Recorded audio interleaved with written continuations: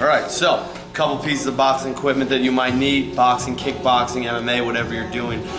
Main thing, you want to protect your hands, right? At the end of the day, these are your weapons, so you don't want to get them bruised up or hurt. So simple pair of wraps, cotton wraps you could use. Wrap the hands, it'll protect the knuckles, it'll protect the wrist. These are very important. In a second, I'm going to show you how to wrap the hands up properly. Number two, depending on what you're doing, you can get your basic pair of boxing gloves, or you get a nice pair of MMA gloves, whatever you want, the grappling gloves. Difference are the fingers as opposed fingerless to the fingers being covered. So you have those two options, or just simple and plain, you could do it without a little bit of shadow boxing. If you don't want to purchase any gloves, but you just want to learn the technique, those will work for you. All right, so let's start basic hand wrap. Very simple. I'm going to take my roll and I'm going to put my thumb in the side where it says this side down. Right? From there, just wrap it around the wrist 3 times. Then I come back across the thumb twice. Then I'm going to come up around the knuckles 3 times. 1, 2, 3. After that, so it was around the wrist 3 times, thumb twice, knuckles 3 times. Then I'm going to come in between the fingers. Once through the pinky and ring, again through the ring in the middle, and then again through the middle and the index. Then we just do what I call clean it up. We bring it back around the knuckles, back down to the wrist. And there we go. Now my hand's wrapped up. My knuckles are protected. My wrist is protected. My thumb is even protected. It's optional to protect the thumb or not, but now I have a wrap ready to go. All right, so typical boxing stance. You want to keep your feet separated, depending on what you are, whether you're right-hand dominant or left-hand dominant. If you're right-hand dominant, you're going to step with your right leg back because your right hand is going to be your power hand. If you're left-hand dominant, obviously your left hand's back because that's your power hand. Simple rule of thumb, when I'm keeping myself nice and squared, I kind of want to turn my body a little bit sideways. That way I'm not facing directly with my body leaning at someone. And number 2, when I come down, I want to make it so that my knee is at the back of my heel always. So I keep my hands up. And this is just a simple test. As I'm stepping around and I'm moving, every time I come down, my knee is always at that heel. So that's the proper distance that it should be. On the toes, heels off the mat. Simple reason why you're always on your toes. If I'm flat on my heels and someone pushes me back, I'm gonna fall back on my heels. If I'm on my toes and someone pushes me back, it's just a quick hop back. You understand? I have a lot more pressure going forward. So as for that, it's nice and simple. Keep the hands up, keep the feet, like I said, you want the knee to be able to drop to the back of your heel. And you want to keep the body not too squared off. That way you just kind of step in the direction. One more thing, just wherever direction I'm going, I'm always going to lead with that foot. So if I want to step to the right, I'm going to step to my right with my right leg first. If I want to step left, step with the left leg first. If I want to step back, it's with my back leg first. If I want to step forward, it's with my front leg first. You never want to cross your feet up. That puts you off balance. You're able to fall down easier that way. So you always just want to kind of stay a little bit square with it. And that's the basic boxing stance. Just get used to it. Knees bent, on the toes, hands up, body not square. You'll be alright. You always kind of want your lead shoulder in front of the person. You don't want to stay too square because now I'm giving myself an open target. Here, there's a lot more I could block with. I could use my shoulders, I could move, and my body's also kind of hidden. With the exception of, my side here, my obliques, I also have my elbows down there to protect it. And when we get into blocking, you'll see how that works. So, when I'm working boxing, my main thing that I don't want to get hit is in my face. Okay? I've been doing this a long time. I've had many fights. Try not to get hit in my face too much. I want to stay pretty. So, I always keep my hands up. Rule of thumb when you first start boxing, a lot of guys do this that I've trained, I've done it myself, top level pros do it. Just to make sure your hands are always up, you're kind of touching your knuckles underneath your eyes. Because the fragile part of your face is from the eyebrows to the chin. So this is where you want to be protected. The top of the head is very hard. Again, nobody wants to get hit, but it can take a lot more hits than the rest of your face, which is fragile. You have your orbital bones, you have your nose, which is very sensitive, your lips, which will cut easy, the eyebrows, and of course the chin, where if you get hit in the right spot, you're disconnected from your senses. So, just make sure you always want to keep your hands up. Right, elbows in tight too. If you keep the elbows wide open, this is no good. My chin is tight. So the elbows tight, my knuckles are by my eyebrows always. And I always just, as I move around, I just kind of touch my face to make sure that my hands are staying up. Number 2, if I'm blocking a punch from somebody, I don't want to keep my hand out here and try to bat it away. So what's going to happen is someone's just going to hit my own hand into my hand. I always keep it tight against my head. See, right here, it's now becoming like a helmet. So if someone hits me in the hand, I'm kind of protecting myself. Whereas if I'm here and they hit my hand, I'm hitting myself in the face. So always just kind of keep them up at about eye level so you can still see your opponent. Seeing, you need to be able to see. Just make sure the elbows are in. That's the best way to start with the defense. Perfect. And is there a difference when you hold your hands for boxing versus for fighting, when you don't have as big of a glove to defend yourself? To a degree, yeah. There's different ways too. Also, as you begin to progress in the sport a little bit, sometimes you want to lure a guy in, so you're a counter puncher. So you might drop your hands because now you're used to moving your head side to side and getting out of the way and dodging. And those are all things that, you know, as you learn, you start learning the slips, you start learning the rolls, the ducks, everything with that. But the main thing, best thing to protect yourself is here, because if they're just hitting your arms, they're not going to hurt your face. So this is the best way. Keep the hands up, you won't get hit. You might make a mistake, slip the wrong way, then you're getting clipped. So. Is there a way to protect from the uppercut? Because the uppercut's open, right? Oh, the uppercut, yeah, well that's why I said you always keep your elbows in, because if I'm keeping my elbows wide, guys keep their hands here, the uppercut's there. But if I'm keeping my elbow in and I'm turning to the side, this is now closed off. My elbow is blocking from the uppercut always. So, one more quick thing, something we do sometimes is just, you know, it's called combing the hair, very simple from here. Just kind of like I'm combing my hair. So my elbow is now blocking here, but you know, you always want to be careful about combing the hair because the body's a target too. So you got to be able to move it from side to side. Comb the hair, bring it back down.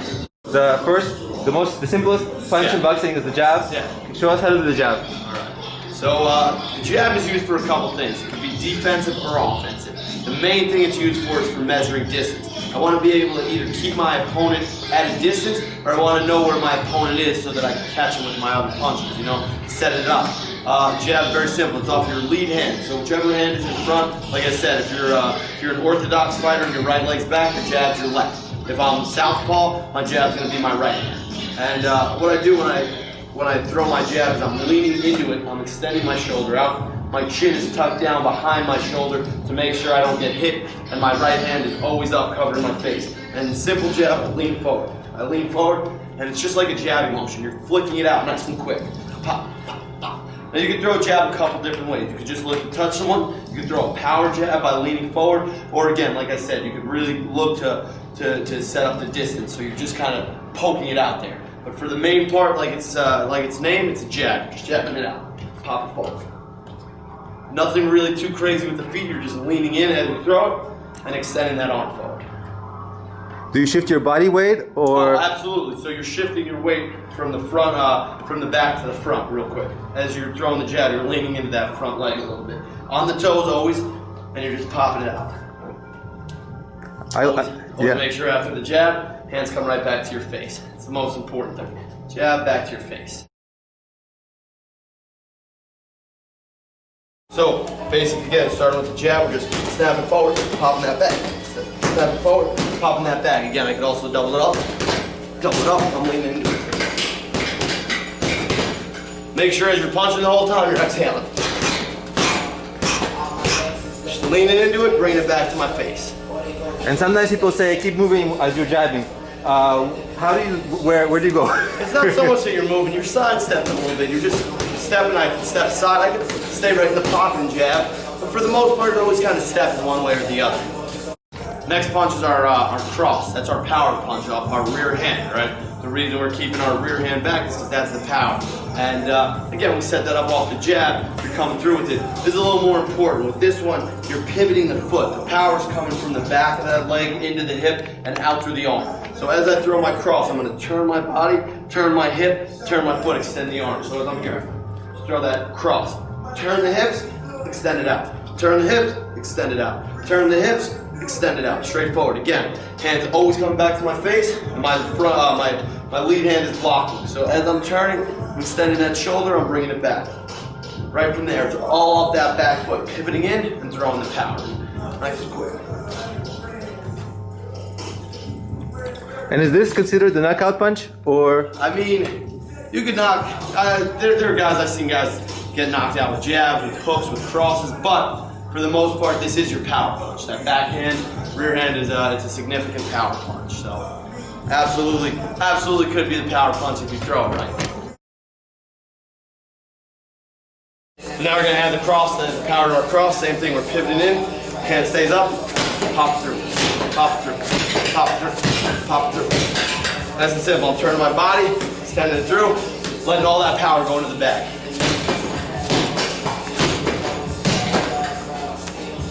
Right.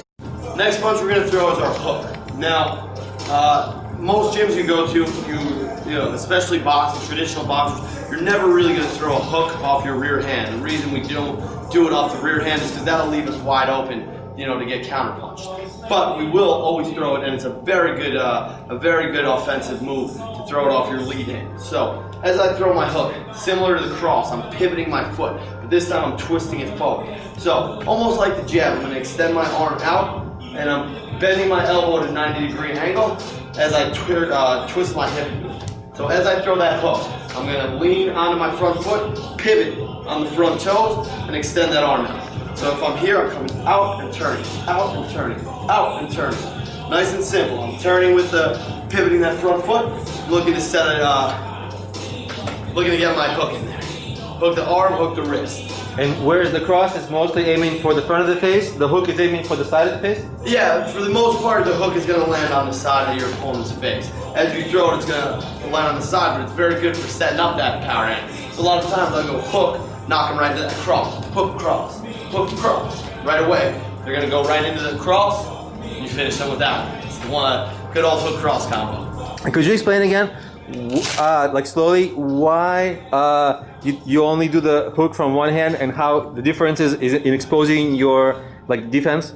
Absolutely. So as you can see in the camera, if I throw a hook off my back hand right now, you can already see how open I am right here. Okay, it's very easy for me to get countered. My chin is even if I try to tuck my chin, someone's coming and throwing straight punches, catching. Whereas here, when I throw it, look, my shoulders in front of my face, my other hand's up. I'm blocked. Very hard to land any kind of offense on me as I'm coming through off that. So it's just about staying tight, making little, fixing up little mistakes. That way, no one can really slip anything through and hurt you. You always want to protect yourself at all times. Again, now throwing that hook off the lead arm. Rear hand stays up. When it just turns, pivot off that foot, throw that hook.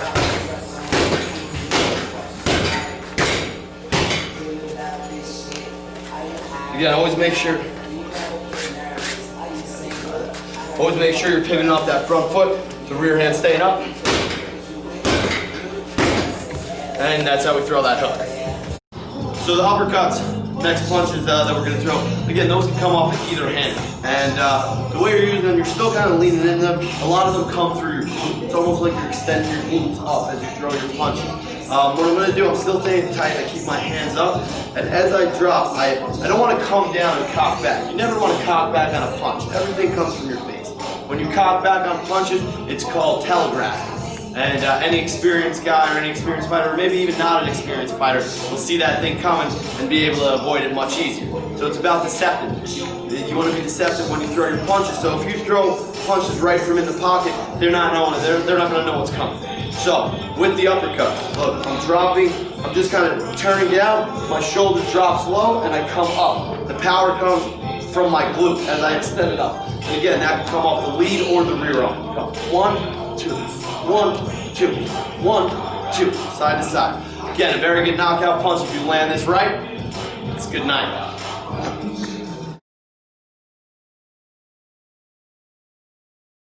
Again, uppercuts off either hand, same thing. I'm turning that power into it, going up and under, up, up.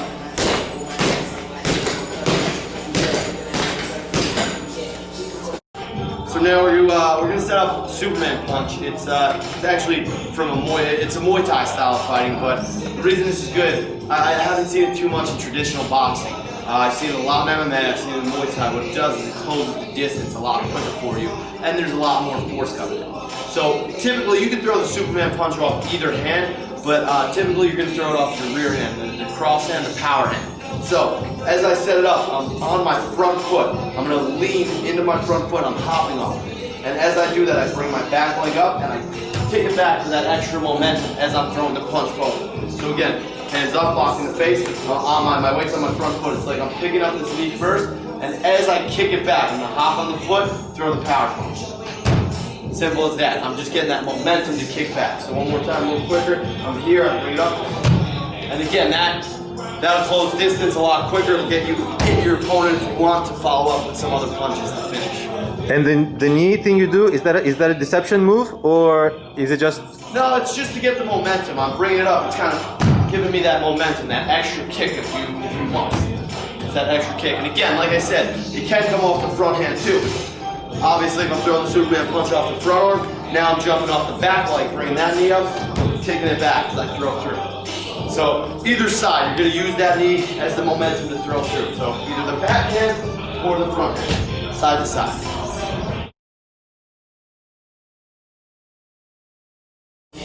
Superman punch again, that is where we use the power to get the distance, leg up, and I pop through, leg up, pop through, leg up, pop through. Again, off of both legs. Side to side. Another technique we have are called the elbows. Again, it's from Muay Thai, kickboxing. It's not so much a boxing technique, but elbows are also a very, very, very powerful part of your body. And this is used mainly when I'm in close. Obviously, if my opponent's at a distance, I'm not going to come try to reach with my elbow. But if I'm in a tight, close situation, I can use my elbows. If I'm in a clinch, I can use my elbows. Again, throw elbows with either arm. Very simple. As I throw it, I'm blocking, always blocking one side of my head. What I'm going to do is I'm going to lean forward with the elbow. I turn it over.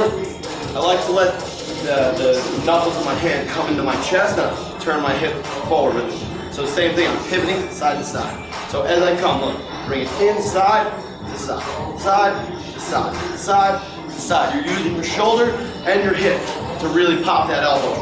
Side to side. Again, there's a couple different ways to throw the elbows. I can come with a straight elbow. I can come with a downward chopping elbow. But the quickest ones are coming right across. Side to side, you're throwing.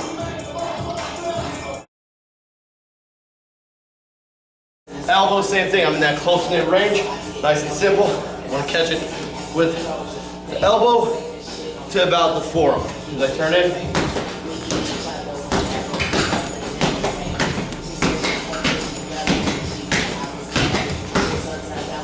Good. Overhand. Overhand. Overhand.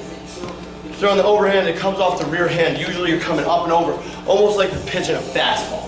You want to imagine this is more of like a haymaker type punch. Really effective if you're fighting a guy that's taller than you. What you're going to do is you're dipping your head to the side. It's not a full hook. Coming up and over your head like you're pitching that fastball. I'm going to lean out, come in with the power. Lean out, in with the power. Come out, lean with the power.